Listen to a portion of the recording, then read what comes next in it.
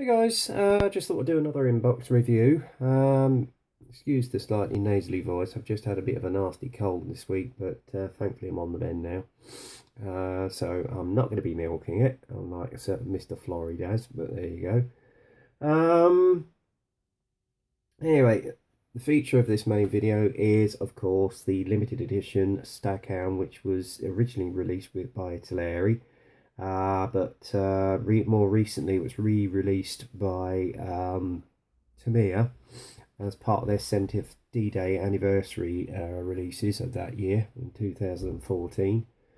The Staghound basically was developed from various variants of US armoured British armoured cars, most notably used out with quite a good effect in North Africa in 1941, and through that they developed one for our forces called the T-17, and from that the Staghound was developed and virtually initially used in the Italian campaign. And it was well loved by its crews for its reliability and impact. It was mainly used for reconnaissance, if anything else, and was used throughout the Normandy campaign and the European campaign leading up to the end of the war. This kit just basically caught my eye. I thought it was something completely different from normal sort of tracked vehicles, and definitely an essential in my stash. I did weigh up getting the Bronco on, but I thought, nah, let's give this one a go. I actually sourced this one on eBay through a company called UK Models, and thanks for the efficient service of getting it through so quickly for me. That was superb.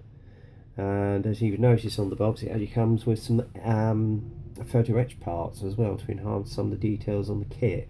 Now, Black Dog do also do a storage set. I am sort of tossing up on whether I want to get that or not at the moment, but I shall see nearer the time when I get this built. I might build it this year, possibly at the end of the year.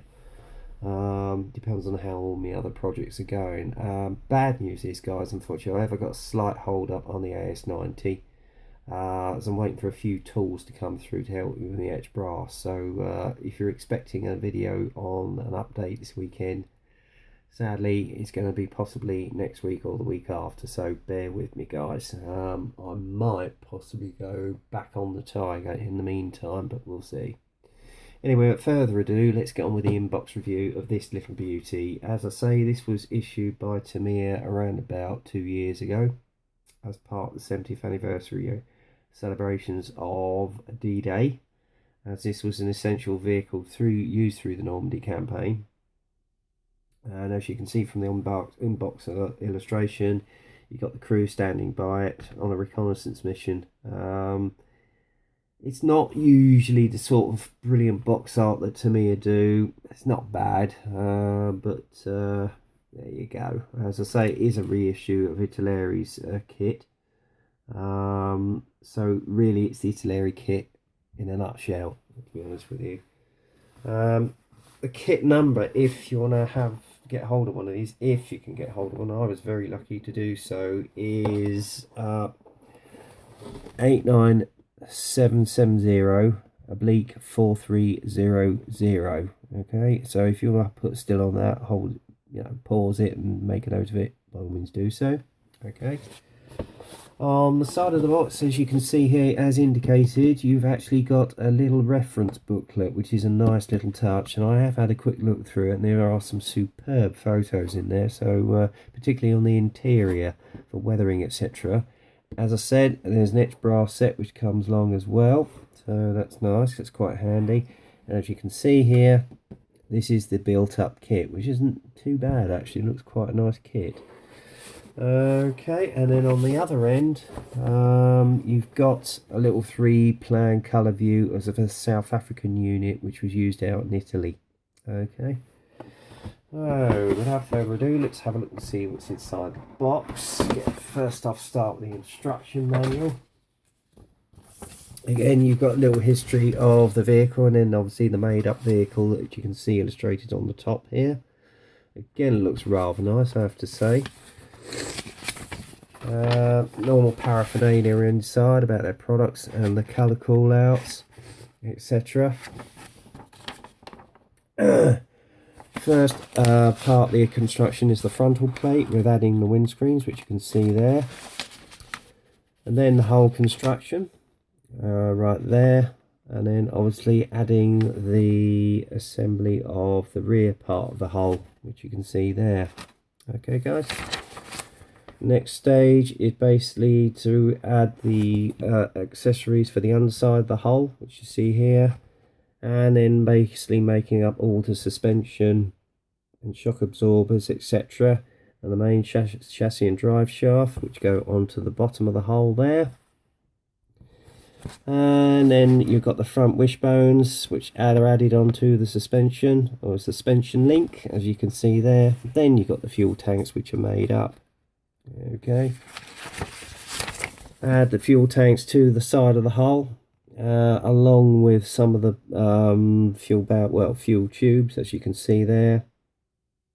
And then obviously the fuel tanks. Sorry, you'll have to excuse me, it's been a long week. And then the next episode of the construction deals with the rear hatch, which you can see here. Okay, and then obviously it's dealing with the wheels and the mud guards. Add the mud guards to the hull, including the engine catch, or is it the rear hatch? Okay, put the filter above the axis engine radiator. Add the wheels and hubs. Then you've got the make up the tools, which you can see here. The next stage after that, if I can just turn the page, is some of the whole parts, hatches, etc., which build up, including the frontal machine gun. Add them to the hull, which you can see here with the hatches. You can have the hatch down if you want to. Then you've got the vision ports which go on, and then the various other sub-assemblies which go on the back. And this is the other hull parts. Now apparently you have to bend it with a little implement here. This is part of the etched brass set that you get. And then obviously I think this is the rear muffler and exhaust. Okay, 2 exhausts go in the back along with the rear muffler, etc., and box, which you see there. And then down here you're adding the tow rope, which you can see here, which is added onto the front of the vehicle. You can have it as one of 2 options, as you can see here. Whichever layout you decide is up to you. Then the build up of the Mark 6 gun, or cannon, as you can see here, with the breech, the submachine gun, the actual cannon itself, and it is a one-piece barrel, so that's quite a nice touch. And then add that onto the mantler, etc., and again you can put the little plastic things in there so that it can actually go up and down. Then the assembly of the internal part of the turret, which you can see here with the commander's seat, and then the bottom part of the hatch, so you've got some internal detail, which is a nice touch. Then add in the turret and radio station onto it, which again is a nice bit of detail if you want the hatches open, which I possibly may well do. And then add the mantlet as well as the lower part of the cradle to the turret, and then that is all built up, as you can see there, adding some more radios, etc., searchlight, as you can see there. And then obviously you've got the other submachine gun which goes on the top of the turret, and then it's giving you the option if you want the hatch open, etc. Then you've got your colour guide to the crew, which you can see here. Okay, again you can use reference photos for whichever unit you want to base it on. Then finally add the turret to the vehicle, and then it's just making up the jerry cans. I don't know what this is. The anti-tank Panzerwehr. Oh crikey, they've got that as well. My god, and the Bren gun. Awesome. And then this is basically how everything is put on with the some of the stowage which is featured in the kit. As I say, you can get a black dog set to basically boost it up a bit, which is possibly what I might well do. Okay, so that's the construction done. As I say, it has actually got a pamphlet, a little reference pamphlet. There are some fantastic photographs in here which you can use as a reference, as you can see here. Some of them taken during the course of the war. Okay, the various units that used them in North Africa in the Italian campaign, as well as in Normandy. Okay, and then it's just giving you a little guide to the storage and how everything was set up. So that's going to come in handy. And then you've got the internal workings, which you see here. So if you want to super detail it, you can. It's good for references. And there you are. There's the official guide to how the cannon and the engine was based and made up. And then you've got actual photos, as you can see here, various preserved staghounds. Right there. Okay, and then you've got the internal pictures, which again is going to come in handy if you want to super detail the interior, etc. Quite a handy little thing to have, and it's good for colour reference points. And then obviously you've got the colour call outs in here for the various options that you want to do. Let's just go through that. First option is the 1st Belgian Brigade in France, September 44, so around about the time of Arnhem. You've got a little Italian unit here, by around about 1950. And then finally you've got the option of the British 7th Armoured Division, Normandy, France, 1944, which is probably the version I'm going to opt for. And then obviously you've got the South African one with the camo. Possibly might be another option. Right, let's have a look at the actual kit itself. Now, the sprues all come in one bag, well, 2 separate bags. You've got one for the crew, the main part, the assembly here of the kit itself, and then obviously you've got the spare little tow rope in there, and then the etched brass units, which you can see here. That's nicely detailed there, guys. There's your decal sheet. Again, I think the actual decals, they can be a bit of a bugger. I think these ones are supplied by Italy, so maybe not half a problem that you'd normally get with them. But as I say, as regards the crew, if I get it out of the bag and have a closer look, and Bren gun, that's a nice touch. Let's just get it out of the packet, if you bear with me, guys. Here we go. Level of detail on the figures is very nicely done, and I like the expression on the faces. That's a very nice touch, I have to say. Turn that one upside down, you can get a better look. See, I love the expressions they've caught on the faces, and you can do some very good painting with that. In fact, to be honest with you, I've actually might use my AK flesh set on this to get some nice tonal variation. And even he's got his little water canister there. If I can get it into shot, I did see it here. Bear with me, guys. Where did I put him? I didn't mark. Oh, there you go. See with the water canister. If you can make that out, guys. Oh, well, there you go. But yeah, nice touch on that, I have to say. Right, let's get into the main crux of the kit. Bear with me. Open the main part, the sprues. Get the damn thing open. Bear with me a minute, guys. This is a 9. A bit like tomorrow's weld demonstration. You think it's going to work out alright, and then it doesn't work. Alright. Here we go. I think I've opened it now. Right, let's get them out. Let's have a look. Popped out. Oh, I've just lost something. Alright, first off. Oh, actually got. Oh no, hang on. You've got one bag inside. Oh no, that's a good idea. Nicely packed, actually. That's a nice touch.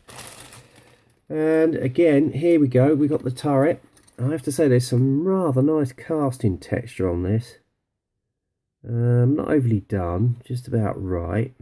I mean, if you want to put some Mr. Surfacer on it, but to be honest with you, I don't think I'm going to need it, guys, to be honest. It's got some really nice casting texture on there, if you can make that out. Okay, and then obviously you've got the front gun mount, as you can see there, nice touch with the actual rivets. And then obviously you've got the internal workings of the actual cradle, which you can see there, which is a nice touch. So that can be look really nice with some bit of chipping and weathering. And then obviously you've got the radio deck here, which you can see there. That's nicely well caught, I have to say. This is quite an impressive kit considering it's an old Italeri one. And there's the tide and the actual cradle for the turret. Very nicely caught, guys, I have to say. Not only on the outside, but also, if you notice, on the inside as well. Very nicely done. That's quite impressive, actually. I'm very impressed with that. And even on the back of the turret, and the casting texture they've got, awesome. Absolutely awesome. I have to say, this is not a bad little kit, guys, actually. And then obviously you've got the gun breech, which you can see here. Okay, so that's that part of the sprue. And then obviously you've got the main part of the hull itself. And the good thing is you've got a guide for the actual mud guards, which is a nice touch. You can have the hatch open here. Again, there's some nice casting and anti-slip texturing on there, which is nicely portrayed, especially with the old weld seam there. That's nice. Not a lot of detail inside. It's a bit sparse, but again, you might be able to get a Verlinden set or something to basically boost it up if you want to sort of super detail it, I would suppose.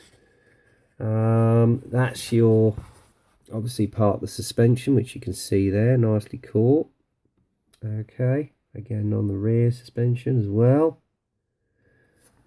Grills for the engine deck, nicely caught. As you can see there, again there's some nice rivet detail there. I don't know what about the actual surface. Oh yeah, some nice anti-slip texture on it as well. Very nicely caught. I'm quite impressed with this. And then obviously on here, I don't know if you can make it out, you've got the weld seams. Very nicely done. Actually, I must admit, although it is an ex-Italeri kit, the detail in it is quite impressive, I have to say. So, that's off to Italeri. And again, this is part of the seating. They've even caught the actual texturing of the actual leather there, which is nice. So yeah, all in all, guys, it's not a bad little kit actually. And even the hatches, detail on those is quite nice too. Yeah, very impressed, I have to say. Right, let's put those two back in there. Let's just open up this final one before we run out of time. And see how these sort of weigh up, as it were. Yeah. I'm going to get time. Come on. That's it. There we go. And again, the rear stowage, they've really caught that beautifully. That's really nicely done. There's your jerry cans.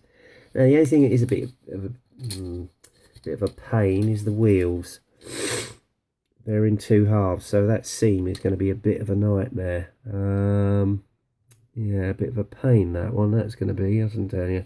Then you got your rear storage ammunition rack, which is quite nicely caught. Very nicely done. And again, some of the stowage here, which you can see. Nicely caught there, guys. Really nicely caught. And then you've got the little LMG that you can see there. Okay. So yeah, not a bad little kit all in all. Again, with the internal seating, I mean, they've caught the leather texture on there on the seating just here beautifully. So yeah, I'm quite impressed with this, guys. I really am. I'm really pleasantly surprised considering it's an ex-Italeri boxing. Sometimes usually find their kits, they're not all that brilliant with their armour. But I think they may have retooled this possibly, but all in all, I have to say, guys, this is one impressive kit. So if you can get hold of one, definitely do. I reckon that's going to turn into a right little gem of a kit. So there you go. That's my inbox review. Anyway, hope you enjoyed the review. I would heartily recommend this kit. I don't know what it's going to be like to construct. It looks fairly easy. Maybe to me, add a little bit of input into the re-release of this kit. But yeah, I think she's going to be a little cracker. Anyway, that's it for now, guys. So until the next time, get kit crazy, happy modelling, and I'll speak to you soon. Cheers.